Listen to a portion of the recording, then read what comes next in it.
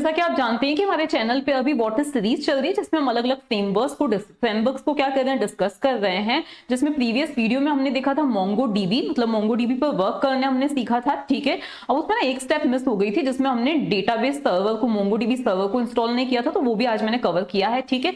अब आज की वीडियो में हम क्या देखेंगे कि हम मोंगोडीबी को रियल में, मतलब किस तरह से किसी प्रोजेक्ट में क्या कर सकते हैं, यूज कर सकते हैं, मतलब हम किसी टेक्नोलॉजी के साथ में कनेक्ट कैसे कर सकते हैं।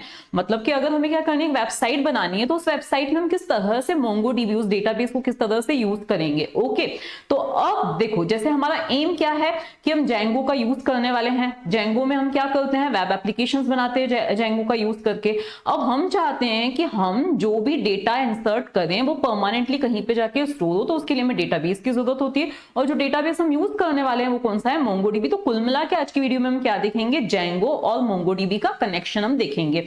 काफी यूजर्स मुझसे रिक्वेस्ट कर रहे, मतलब पूछ रहे हैं कि हमारे चैनल पर स्प्रिंग बूट कब आएगा। तो मैं आपको बता दूं कि ये हो जाए, उसके बाद में नेक्स्ट हमारा आएगा हाइबरनेट, और उसके बाद नेक्स्ट क्या आने वाला है, स्प्रिंग, और फिर उसके बाद स्प्रिंग बूट आएगा, ठीक है। तो अब हमारे जो आज का एम है वो क्या है, तो हम क्या चाहते हैं कि हमारा एक इस तरह से फॉर्म रहेगा, ओके, जिसमें हम क्या करेंगे, प्रोडक्ट का नाम, उसका डिस्क्रिप्शन, उसकी प्राइस, और भी जो फील्ड्स आपको ऐड करनी है आप कर सकते हैं, वो हम क्या करेंगे, इसमें एंटर करेंगे। ऐड प्रोडक्ट पे हम जैसे ही क्लिक करें तो ये वाली जो भी डिटेल्स हैं वो कहां पे जाके स्टोर हो जानी चाहिए, मोंगोडीबी में, डेटाबेस में स्टोर होना चाहिए। तो मतलब मोंगोडीबी में क्या हो जानी चाहिए, स्टोर हो जानी चाहिए, ठीक है। इतना आपको भी मैंने बताया था कि मोंगोडीबी में एक पर्टिकुलर रिकॉर्ड को क्या बोला जाता है, डॉक्यूमेंट बोला जाता है, ठीक है। तो ये हम प्रोडक्ट नेम, डिस्क्रिप्शन और प्राइस एंटर करेंगे। जहां हम रिलेशनल डेटाबेस में उसको एक रो बोलते हैं ना, यहाँ पे क्या बोला जाता है, डॉक्यूमेंट बोला जाता है, ठीक है। तो वो डॉक्यूमेंट के फॉर्म में कहां जाके स्टोर होना चाहिए, मोंगोडीबी में स्टोर हो जाना चाहिए, ठीक है। इसी तरह से हम बहुत सारे डॉक्यूमेंट्स को क्या कर सकते हैं, इंसर्ट कर सकते हैं, ओके। और फिर हम क्या करेंगे, डेटाबेस में डेटा इंसर्ट हो गया, उसके बाद हम क्या करेंगे, एक ऐसा फॉर्म बनाएंगे, एक ऐसा पेज, HTML पेज बनाएंगे जिसमें ये सारी डिटेल्स क्या होनी चाहिए, डिस्प्ले होनी चाहिए। तो कुल मिला के हमारा डेटाबेस से कनेक्शन आज की वीडियो में क्या हो जाएगा, कंप्लीट हो जाएगा। इनके लिए हमें किन चीजों की जरूरत पड़ेगी, तो जैसा कि आप जानते हैं कि हमें डेटाबेस के लिए हमें क्या चाहिए, मोंगोडीबी सर्वर की जरूरत पड़ेगी। आज की वीडियो में हम शेल पर वर्क नहीं करेंगे, क्योंकि जो भी हमें इंसर्शंस करने हैं वो हमें जेंगो एप्लीकेशन के थ्रू इंसर्शंस करने हैं, ठीक है ना। तो हमें शेल की तो आज वैसे जरूरत नहीं पड़ने वाली है। और दूसरा हमें क्या चाहिए, VS कोड चाहिए, जिसमें हम जेंगो एप्लीकेशन क्या करेंगे, क्रिएट करने वाले हैं, ठीक है। अब ऑब्वियसली दूसरी जो रिक्वायरमेंट है, पाइथन होना ही चाहिए, जेंगो होना ही चाहिए। अब मोंगोडीबी और जेंगो को कनेक्ट करने के लिए कनेक्टर की जरूरत है, जिसका नाम क्या है, जोंगो है। तो इसको हमें इंस्टॉल करना रहेगा। तो ये सारी चीजें हम स्टेप बाय स्टेप अब देखते हैं। अब डेटाबेस को यूज करने के लिए आपको क्या करना पड़ेगा, मोंगोडीबी सर्वर को डाउनलोड करना पड़ेगा। ये वाली जो स्टेप है मेरी प्रीवियस वीडियो में स्किप हो गई थी, मैंने directly MongoDB shell, Mongo SH का यूज करके आप लोगों को डेटाबेस के साथ इंटरेक्शन करना सिखा दिया था। लेकिन इस चीज को आपको करना पड़ेगा, अदरवाइज आपकी जो शेल है वो वर्क नहीं करेगी, ठीक है। तो आपको क्या करना है, मोंगोडीबी सर्वर को डाउनलोड करना है। गूगल पे आके ये सर्च कीजिए, आप इस स्टेप पे चले जाइए और अपने सिस्टम, अपने कॉन्फ़िगरेशन के अकॉर्डिंग आप क्या कीजिए, उसको चूज कर लीजिए। अब जैसे यहाँ पे हम जाएंगे, डाउनलोड पे जाएंगे, डाउनलोड हो जाएगा, ठीक है। डाउनलोड हो जाएगा, उसके बाद आपको सिंपली क्या कर लेना है, कंप्लीट पैकेज को, कंप्लीट या कस्टम में से दो ऑप्शंस आएंगे, उनको चूज करके क्या कर लेना है, उनमें से कंप्लीट को चूज करके इंस्टॉल कर लेना है। उसी पॉइंट पे आपसे पाथ भी पूछा जाएगा, तो आपको कोई चेंजेस करने की जरूरत नहीं है। मतलब इंस्टॉलेशन तो बहुत ही सिंपल है, ठीक है। इंस्टॉलेशन के बाद होने वाला क्या है, तो आप अपने जाओगे सी ड्राइव के अंदर। कहां पे जाओगे आप, सी ड्राइव के अंदर जाओगे, प्रोग्राम फाइल्स में आप जाओगे। यहाँ पे आपको क्या मिलेगा, मोंगोडीबी मिलेगा, इसके अंदर सर्वर, ओके, और यहाँ पर क्या है 8.0 और ये बिन है, ठीक है। इसी के अंदर क्या है, हमारा मोंगोडी है। इसी को हमें क्या करना है, जब भी हम क्या करेंगे, हमारे प्रोजेक्ट पे वर्क करेंगे, तो इसी को हमें क्या करना पड़ेगा, रन करना पड़ेगा, ताकि हमारा सर्वर क्या हो सके, स्टार्ट हो सके, ठीक है ना। तो हमें कुल मिला के इस पाथ में इंटरेस्ट है, कॉपी करने की जरूरत नहीं है। हम सीधे कहाँ पे जाएंगे, सिस्टम वेरिएबल्स में इस पाथ को क्या करेंगे, ऐड करेंगे, ठीक है। कैसे करेंगे, अब आपको इतना तो मैं बार बार बता ही चुकी हूं। तो हम कहां गए, सिस्टम वेरिएबल्स के अंदर गए, यहाँ पे हम क्या लिखेंगे, VAR लिखेंगे, तो ये आ गए edit the system variables, okay. इसके बाद हमें एनवायरमेंट वेरिएबल्स पे जाना है, पाथ पे डबल क्लिक करना है, और आपको क्या करना है, किसी भी ब्लैंक सेल पे सिलेक्ट करके आपको उस लोकेशन पे ब्राउज करना है। देखो मैंने ऑलरेडी ऐड कर रखा है, लेकिन मैं एक बार आपको फिर से बता देती हूँ। आपको कहाँ जाना है, ब्राउज पे जाना है, दिस PC में कहाँ जाना है, आपको सी ड्राइव के अंदर जाना है, सी ड्राइव के अंदर प्रोग्राम फाइल्स है, आप चाहते तो सीधे ही पाथ वहां से कॉपी करके यहाँ पे पेस्ट कर देते, इट्स ओके। ओके, फिर आपको कहाँ पे जाना है, हम प्रोग्राम फाइल्स में आ चुके हैं, अब हमें जाना है हमारे MongoDB पे। इसके अंदर मैंने आपको बता ही दिया था कि हमें बिन को क्या करना है, ऐड करना है। ओके, अभी मैं ओके पे क्लिक नहीं कर रही हूँ, लेकिन आपको इस पॉइंट पे ओके पे क्लिक कर देना है, 3 बार ओके ओके करना, ये ऐड हो जाएगा। ठीक है, मतलब एक बार यहाँ पे ओके करेंगे, फिर यहाँ एंड सो ऑन। ओके, तो इतना काम हमारा हो गया, पाथ ऐड हो चुका है। अब आपको ना एक और काम करना है छोटा सा। देखो, सी ड्राइव के अंदर आपको एक फोल्डर बनाना है डेटा नाम का, उसके अंदर आपको एक और फोल्डर बनाना है डीबी नाम का, क्योंकि जब आप इस पे वर्क करोगे ना तो कुछ जो लॉग्स वगैरह होते हैं या कुछ चीजें यहाँ पे राइट की जाती हैं। ठीक है, तो अब जो MongoDB सर्वर है इस फोल्डर को क्या करता है, ढूंढता है, तो हमें इस फोल्डर को बना देना है। ठीक है, देखो अभी मैं क्या करती हूँ, फिर से डिलीट कर देती हूँ। देखो फोल्डर बनाना तो इजी ही है। ठीक है, तो हमें कहाँ जाना है, सी ड्राइव के अंदर जाना है, डेटा नाम का एक फोल्डर बनाना है। ठीक है, और फिर उसके अंदर आपको डीबी नाम का एक फोल्डर क्रिएट करना है। ठीक है, अभी ये भरा हुआ क्यों है, इसके अंदर कुछ फाइल्स अपने आप ऑटोमेटिकली राइट कर दी गई हैं। ठीक है, तो अब मैं एक बार फिर से क्या करती हूँ, इस पूरे को क्या कर देती हूँ, सिलेक्ट करके पूरा और डिलीट कर देती हूँ। ठीक है, तो अब नेक्स्ट स्टेप आती है MongoDB सर्वर को स्टार्ट करना। तो उसके लिए हम कहां पे जाएंगे, कमांड प्रॉम्प्ट पे जाएंगे। ओके, चले गए, और यहाँ पे क्योंकि आप पाथ ऐड कर चुके हो तो यहाँ पे बिल्कुल सिंपल है, सिर्फ आपको क्या लिख देना है, MongoD यहाँ पे लिख देना है। ओके, क्योंकि आप पाथ ऐड कर चुके हो, नहीं ऐड किया होता तो आपको उस पाथ पे जाके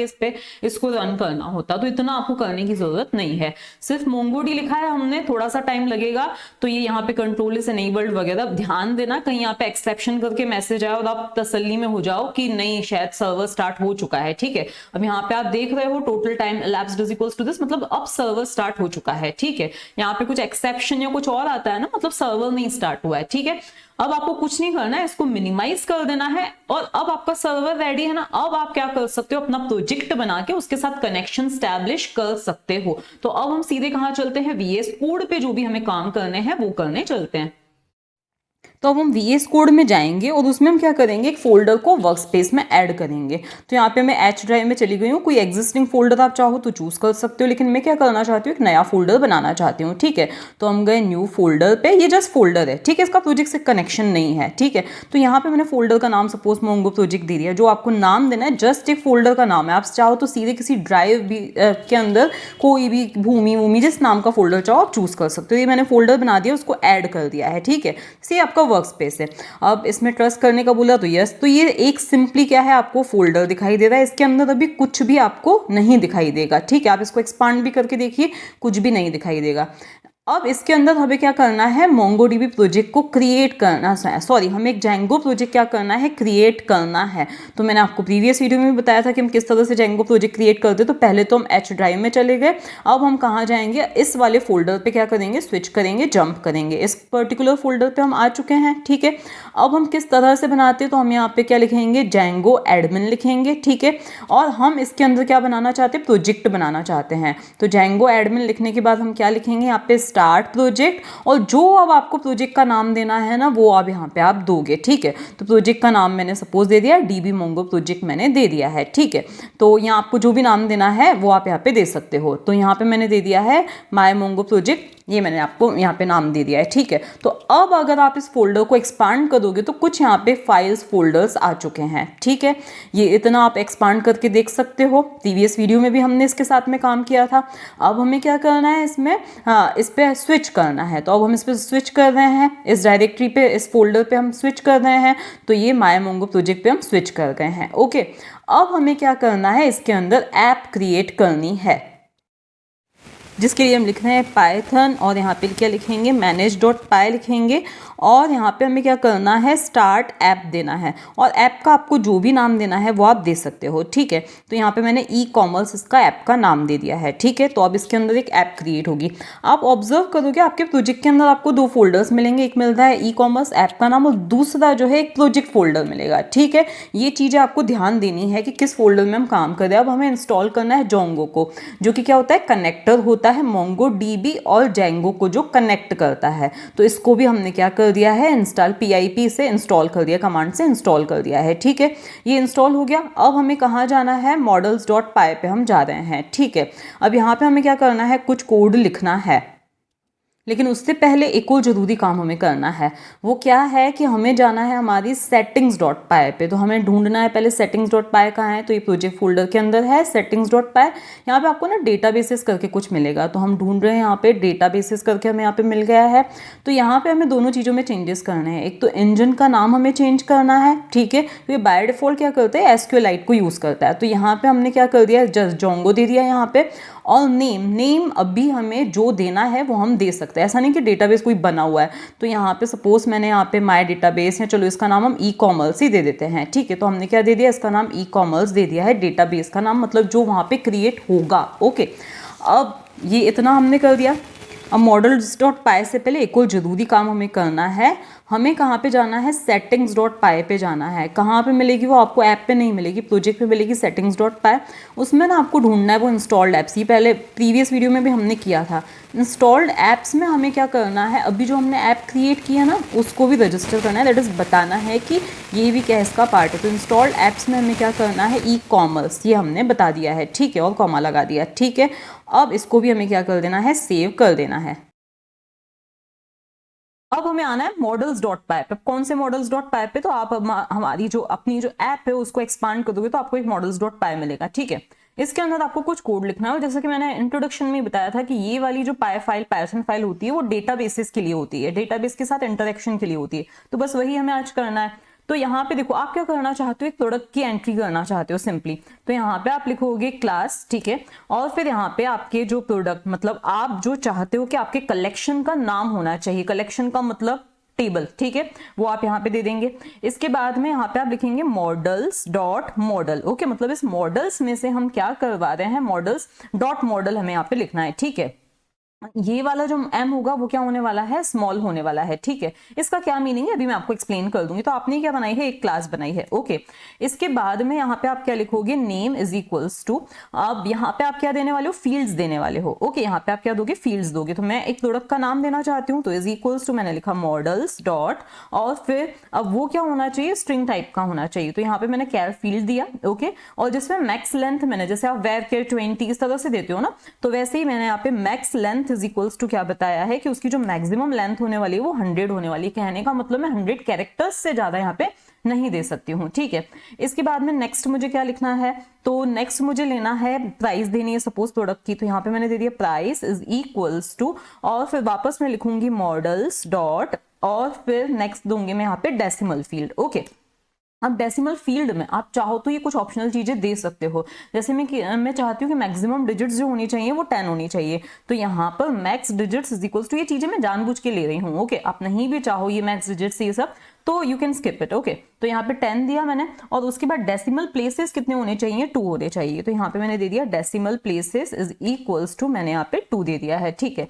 ये आपकी 2 फील्ड्स हो गई। एक और फील्ड हम दे देते, तीनों ना अलग अलग टाइप की, ठीक है। तो यहाँ पर दूसरा रहेगा, उस प्रोडक्ट का मैं डिस्क्रिप्शन देना चाहती हूँ, तो description is equals to, again मैं लूंगी मॉडल्स डॉट, और यहाँ पे ना मैं कुछ अलग ले रही हूँ, वो है टेक्स्ट फील्ड, क्योंकि आप क्या देने वाले हो, डिस्क्रिप्शन, जिसमें आपको खुद को नहीं पता है कि कितने इसमें कैरेक्टर्स होने वाले हैं। तो यहाँ पे मैंने टेक्स्ट फील्ड दे दी है, ठीक है। इसके बाद ना हम क्या करेंगे, यहाँ पे एक फंक्शन डिफाइन कर रहे हैं। अब इस फंक्शन का काम क्या होता है, एक ऑब्जेक्ट को स्ट्रिंग में कन्वर्ट करना, ओके।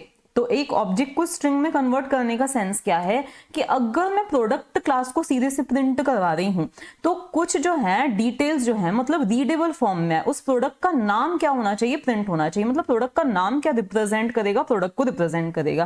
देखो यहाँ पे मैं क्या लिख रही हूँ, return self dot name, okay. मतलब जब भी इस प्रोडक्ट की बात की जाए तो उस केस में उसका नेम क्या होना चाहिए, रिटर्न होना चाहिए, ठीक है। तो कुल मिला के इस पूरे कोड का काम क्या है कि यहाँ पर प्रोडक्ट क्या है, हमारे कलेक्शन का नाम है। ये पर्टिकुलर कोड क्या करता है, इस ऑब्जेक्ट को, मतलब बोला जाएगा कि इसको एक टेबल की तरह ट्रीट किया जाए, इसको एक कलेक्शन की तरह क्या किया जाए, ट्रीट किया जाए, ठीक है। अब यहाँ पे आपने क्या दी है, ये 3 इसकी क्या दी है, फील्ड्स दी हैं, ओके। अब आपने एक तरह से क्या किया, अगर आप RDMS से यूज टू हो तो आपने एक टेबल बनाई है जिसमें ये 3 फील्ड्स क्या की हैं, स्पेसिफाई, 3 कॉलम्स क्या किए हैं, स्पेसिफाई किए हैं, ओके। इसको हमें सेव कर देना है। इसके बाद अब हम क्या चाहते हैं, अभी एंट्रीज कहाँ की जाए। 2 तरीके हो सकते हैं कि आप कमांड प्रॉम्प्ट से, एडमिन पैनल से आप क्या करो, एंट्रीज करो, लेकिन मैं चाहती हूँ HTML पेज आना चाहिए जिसमें क्या हो, जिसमें कुछ फील्ड्स हो, जिसमें यूजर एंट्री करे, सबमिट पे क्लिक करे या किसी बटन पे क्लिक करे, तो ये एंट्रीज क्या होनी चाहिए, डेटाबेस में स्टोर होनी चाहिए। तो कुल मिला के हमें एक HTML पेज बनाना पड़ेगा, तो उसके लिए हम टेम्पलेट्स का यूज करते हैं। तो अब हमें आना कहाँ पे, आप ध्यान से देखिए, आपका ये क्या है, मोंगो प्रोजेक्ट फोल्डर है, इसके अंदर क्या है, इसको थोड़ा सा ना आप ऐसे कर दीजिए, ठीक है। अब इसमें क्या है, ये मोंगो प्रोजेक्ट है, अगेन इसमें ना आपको एक और मोंगो प्रोजेक्ट करके दिखाई दे रहा है, ठीक है, और एक क्या है, ऐप है। पहले आपका क्या है, फोल्डर है, इसके अंदर ये क्या है, आपका मोंगो प्रोजेक्ट है। अब इसके अंदर आपको दो चीजें दिख रही हैं, एक तो ऐप दिख रही है और दूसरा क्या दिख रहा है, ये प्रोजेक्ट दिख रहा है। लेकिन आपको इस प्रोजेक्ट पे भी नहीं आना है, आपको ऐप पे भी नहीं आना है, आपको सीधे ये जो है ना, इसके अंदर आपको क्लिक करके न्यू फोल्डर करना है, ठीक है, और इसका नाम दे देना है टेम्पलेट्स, ठीक है, यहाँ पे दे दिया टेम्पलेट्स, ठीक है। इसके अंदर क्या बनेगी, आपकी एक HTML फाइल आपको बनानी है। तो हमने एक न्यू फाइल बनाई जिसका नाम सपोज मैंने दे दिया add.html। आप ऐड प्रोडक्ट्स वगैरह जो देना है आप दे दीजिए, ठीक है। तो ये add.html मैंने यहाँ पे बना ली है, ठीक है। अब मैं क्या चाहती हूँ, इसमें HTML कोड मतलब टेक्स्ट बॉक्स ऐड करना चाहती हूँ, लेबल ऐड करना चाहती हूँ। तो ये सारी चीजें मैं आपको सीधे से, मतलब ऐसा नहीं है कि मैं एक एक चीज करके यहाँ पे टाइप करूंगी, मैंने पहले बना रखा था, उसको मैंने यहाँ पे क्या कर दिया, पेस्ट कर दिया है, ठीक है। ये चीजें HTML रिलेटेड है, इसीलिए मैं सबको एक्सप्लेन नहीं कर रही हूँ। आपको भी पता है टेक्स्ट बॉक्सेस वगैरह देने के लिए पहले आप फॉर्म देते हो, मेथड इज इक्वल्स टू हमने पोस्ट दिया, एक्शन इज इक्वल्स टू यहाँ पे URL ऐड। अब ये चीज जब हम ऐड करके एक फंक्शन डिफाइन करेंगे ना, तो आपको समझ में आ जाएगी। मतलब जब इसको सबमिट किया जाए तो एक्शन कौन सा परफॉर्म होना है, एक ऐड नाम का फंक्शन क्या होगा, कॉल होगा, जिसको हम views.py में बनाएंगे। ये सारी चीजें हमने जब जेंगो का इंट्रोडक्शन देखा था तो हमने देख ली थी, ठीक है।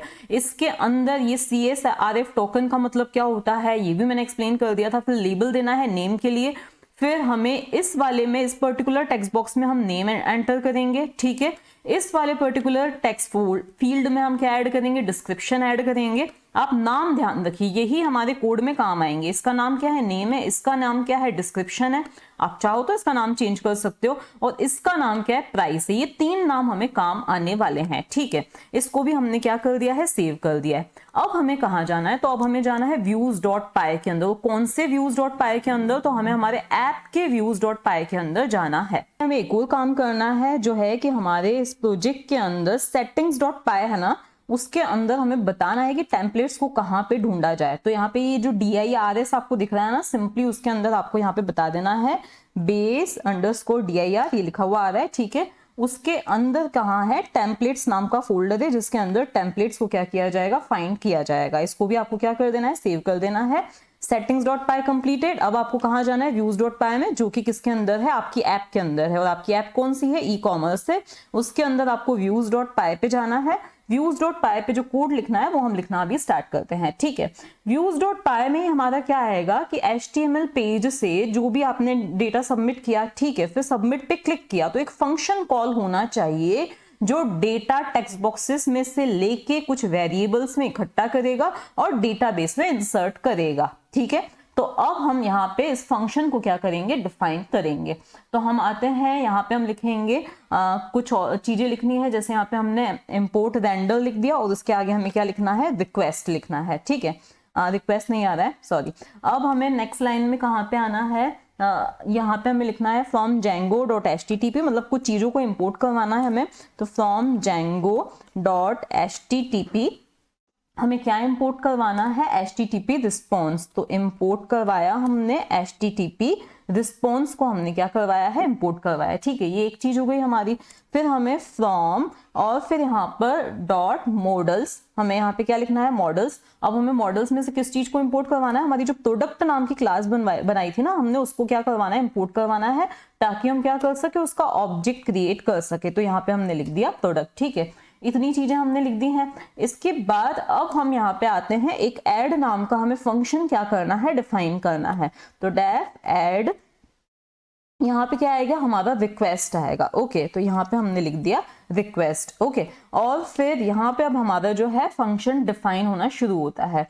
इफ रिक्वेस्ट, क्योंकि हमने वहां पे मेथड क्या दी थी, पोस्ट दी थी, तो यहाँ पे हम लिखेंगे if request dot method is equals to post. ये सारी चीजें हमने वैसे भी की थी लास्ट वाले में। तो रिक्वेस्ट डॉट मैथड जो है अगर पोस्ट हो तो हमें क्या करना है, इज इक्वल्स टू पोस्ट तो अब हमें 3 वेरिएबल्स लेके वो तीनों चीजों को टेक्स्ट बॉक्सेस में से कलेक्ट कर लेना है। तो यहाँ पे हम लिखेंगे जल्दी से रिक्वेस्ट डॉट पोस्ट, और यहाँ पे आपको ध्यान रखना है इसका पी क्या आएगा, कैपिटल आएगा। अब आपको मैंने बोला था तीनों टेक्स्ट बॉक्सेस का नाम आपको ध्यान रखना है। तो यहाँ पे पहले टेक्स्ट बॉक्स का नाम क्या था, नेम था। इसी तरह से बाकी दोनों के भी मैं जल्दी से लिख देती हूँ।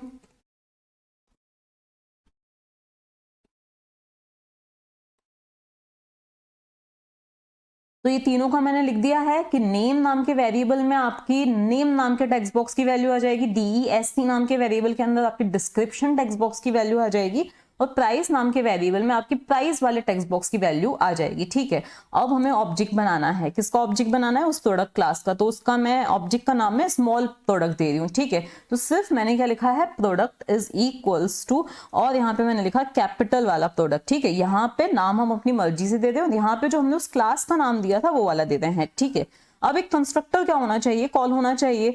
तो जहां पे अब इन तीनों चीजों को मुझे यहां से पास करवाना है। ठीक है, अगर आपको ऑर्डर ध्यान हो तो आप सीधे ही उसी ऑर्डर में पास कर सकते हो, नहीं ध्यान है तो आप कीवर्ड आर्ग्यूमेंट्स का क्या करेंगे, यूज करेंगे। तो नेम में क्या चला जाना चाहिए, नेम चला जाना चाहिए। इसी तरह से डिस्क्रिप्शन में क्या चला जाना चाहिए आपका, वहां पे देखो उसका नाम वहां पे क्या है, डिस्क्रिप्शन है, पूरा डिस्क्रिप्शन है। ठीक है, तो डिस्क्रिप्शन के अंदर आपका क्या चला जाना चाहिए, डिस्क्रिप्शन के अंदर आपका ये DESC चला जाना चाहिए। और इसी तरह से प्राइस में क्या चली जानी चाहिए, प्राइस चली जानी चाहिए। ठीक है, तो इस तरह से ये ऑब्जेक्ट बना, कंस्ट्रक्टर कॉल हुआ, और अब हमें क्या करना है, इसको सेव करना है। तो फाइनली ये चीज कहां चली जाएगी, डेटाबेस में चली जाएगी। तो ये सब मेहनत हमने की थी डेटाबेस में ये सारी डिटेल्स को भेजने के लिए। ठीक है, अब हमें क्या करना है कि जैसे ही ये फॉर्म सक्सेसफुली क्या हो जाए, मतलब सबमिट हो जाए, डेटाबेस में डेटा चला जाए, तो अगेन हम क्या करना चाहते हैं, इसी फॉर्म पे आना चाहते हैं, इस ऐड वाले व्यू को ही कॉल करना, डिफाइन कॉल करना चाहते हैं। ठीक है, और add.html पे हम क्या करना चाहते हैं, जंप करना चाहते हैं। तो यहाँ पे हम 2 लाइंस लिखेंगे, यहाँ पे रिटर्न और फिर यहाँ पे रीडायरेक्ट। हमने लिखा रिटर्न रीडायरेक्ट ऐड। ठीक है, इसके बाद में यहाँ पे ना आपको यहाँ पे कॉमा करके रीडायरेक्ट को भी क्या करवा देना है, इंपोर्ट करवा देना है।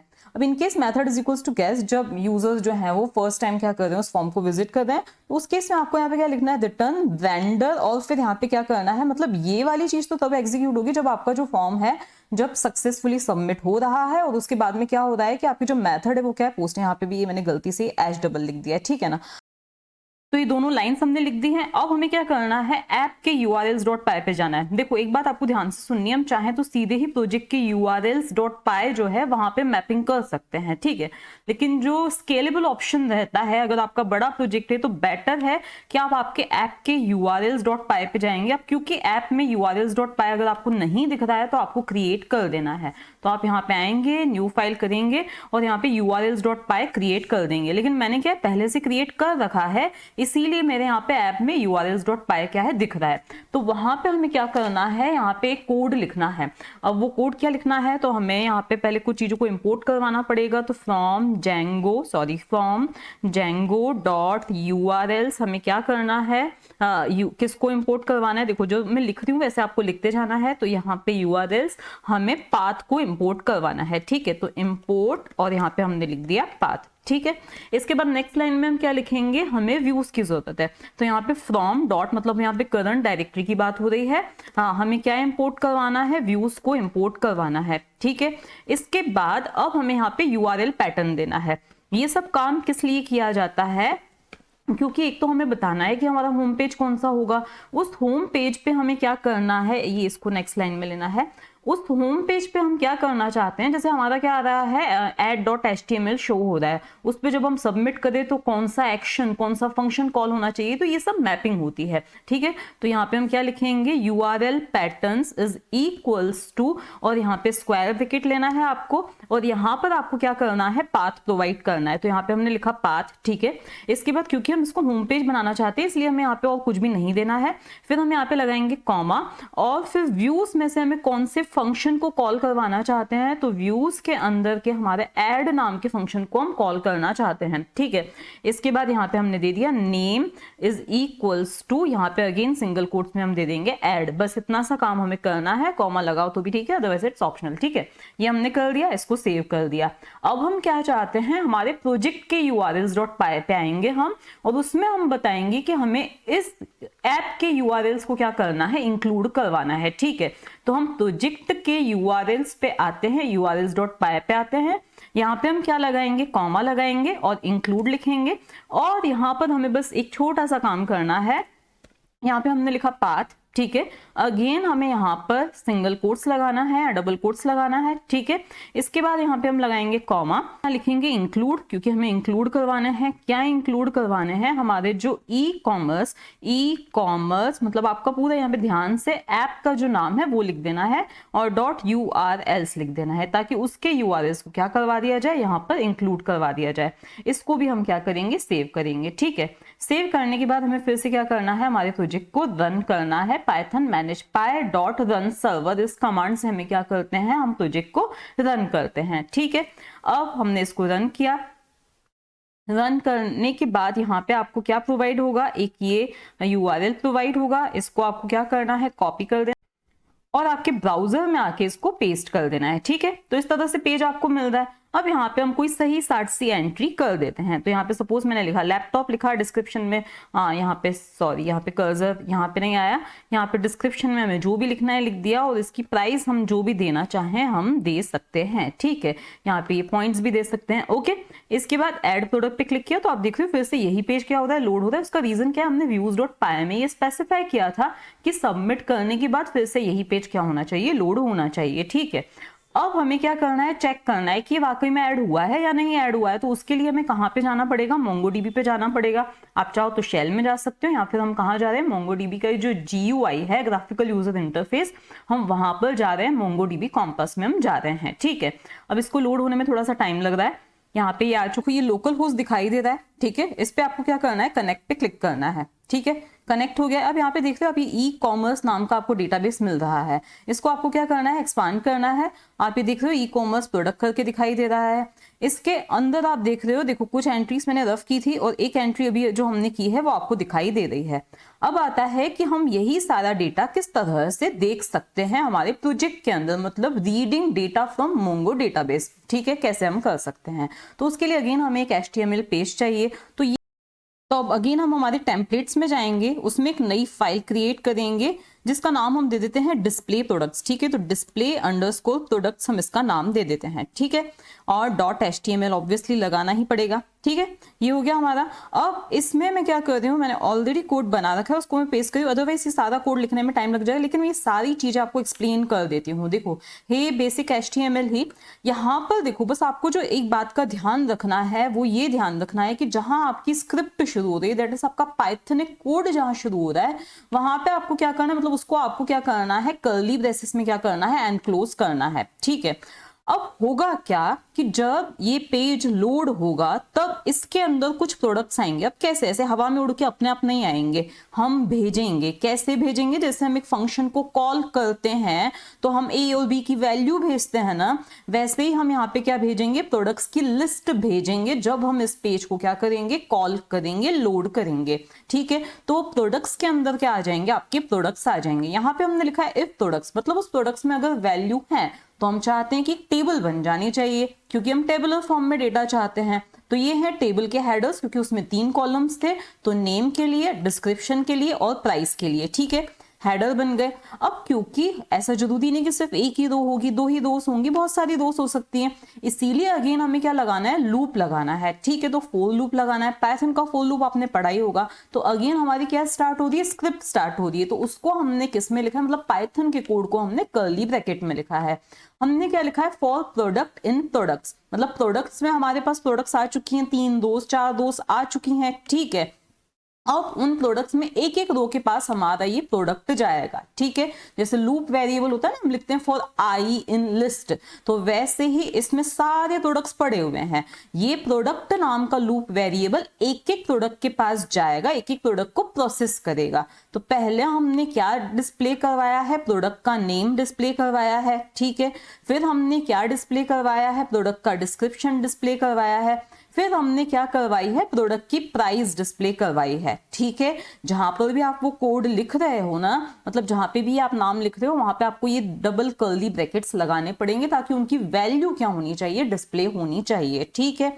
इसके बाद अगेन अब फोर लूप की शुरुआत हुई है तो फोर लूप की हमें क्लोजिंग करनी है, तो उसके लिए हम अगेन यहाँ पे क्या लगा रहे हैं, ये स्क्रिप्ट के लिए देखो जहां जहां हम आप देख रहे हो जहां जहां पे आपकी स्क्रिप्ट है, पाइथन का कोड है, वहां पे आपने क्या की है, शुरुआत करने के लिए कर्ली ब्रेसेस, परसेंट सिंबल, फिर एंड करने के लिए स्क्रिप्ट को एंड करने के लिए ताकि हमारा HTML कोड शुरू हो सके। आप वापस से क्या कर रहे हो, परसेंट मॉड्यूलस सिंबल और क्या लगा रहे हो आप यहाँ पे, वापस से कर्ली ब्रैकेट की क्लोजिंग कर रहे हो, ओके। अब इसके बाद में ये फोर लूप को आपने एंड कर दिया, ठीक है। अब ऐसा भी तो हो सकता है कि प्रोडक्ट्स नहीं हो, तो वो जो ऊपर आपका इफ था ना उसका एल्स यहाँ पे शुरू हो रहा है, आप देख सकते हो उस इफ का एल्स यहाँ पे क्या हो रहा है, स्टार्ट हो रहा है, ठीक है। तो ये इस इफ का एल्स यहाँ पे स्टार्ट हुआ है। आप देखो चाहो तो स्क्रीनशॉट इसका ले सकते हो और इन चीजों को नोट कर सकते हो, ठीक है। अगर प्रोडक्ट नहीं मिल रहे हैं तो क्या मैसेज आना चाहिए, नो प्रोडक्ट्स, ठीक है। अब जिस इफ की शुरुआत हुई थी उस इफ की हम यहाँ पे क्या कर रहे हैं, एंडिंग कर रहे हैं, ठीक है। यहाँ पे हमारा होम पेज वगैरह कुछ है नहीं तो इसको हम ऐसे ही हटा देते हैं। आप चाहो तो यहाँ पे किसका कर सकते हो, ऐड प्रोडक्ट का URL यहाँ पे ऐड कर सकते हो ताकि हमारा क्या हो, हमने क्योंकि होम पेज कुछ बनाया नहीं है तो इस लाइन को आप स्किप भी कर सकते हो, इट्स ओके, ठीक है। तो ये हमारा HTML पेज तो बन चुका है। अब हमें क्या करना है, हमारे अगेन views.py पे जाना है। कहाँ पे जाना है, views.py पे जाना है।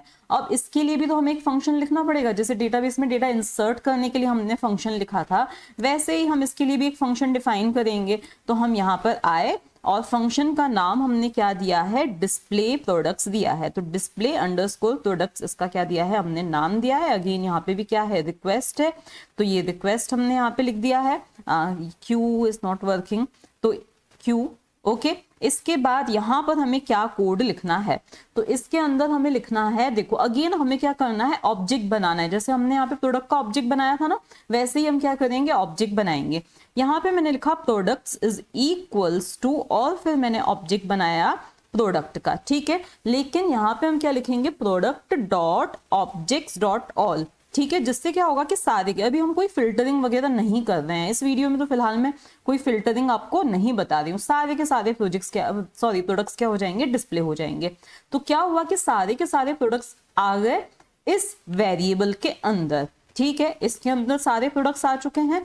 अब हमें क्या करना है, जो HTML पेज हम कॉल करना चाहते हैं ना, उसमें ये सारे प्रोडक्ट्स क्या करेंगे, भेजेंगे। कैसे भेजेंगे, तो यहाँ पे हम क्या करेंगे, रिटर्न, और यहाँ पे हम लिखेंगे रेंडर, ओके। क्योंकि जब भी आप क्या करते हो, कोई HTML पेज लोड करना चाहते हो तो आप रेंडर लिखते हो। अगेन हमने यहाँ पे लिखा रिक्वेस्ट, ठीक है, इक्वल्स टू नहीं लगेगा, और कॉमा लगा के हम क्या बताएंगे, हमारे जो पेज का नाम था वो बताएंगे। क्या था, display underscore products dot HTML, products ही था ना, तो प्रोडक्ट्स डॉट HTML। लेकिन उसमें हम एक पैरामीटर पास करना चाहते हैं। क्या पास करना चाहते हैं, प्रोडक्ट्स को भेजना चाहते हैं। तो अब यहाँ पर मैं कीवर्ड आर्ग्यूमेंट जैसा यहाँ पे कंसेप्ट यूज हो रहा है, यहाँ पे मैं क्या लिखूंगी, वहां वाला प्रोडक्ट्स क्या लिखूंगी, वहां पे मेरे HTML पेज का जो प्रोडक्ट्स नाम का वेरिएबल है उसके अंदर क्या चले जाने चाहिए, मेरे यहाँ के जो प्रोडक्ट्स हैं वो चले जाने चाहिए। तो मैंने लिखा प्रोडक्ट्स, ठीक है। इतना काम हमारा हो गया, मतलब हमारा व्यूज भी क्या है, कंप्लीट है। अब हमें किस में जाना है, हमारे ऐप के URLs में जाना है। देखो किसके URLs में, ऐप के URLs में जाना है, बतानी है। तो देखो यहाँ पे मैंने क्या लिखा है, प्रोडक्ट्स, ओके। मतलब जब हम इस पेज को कॉल करना चाहते हैं ना, हम क्या लिखेंगे, प्रोडक्ट्स लिखेंगे। अब भी जस्ट 2 मिनट में आपका ये कंसेप्ट क्लियर हो जाएगा, ठीक है।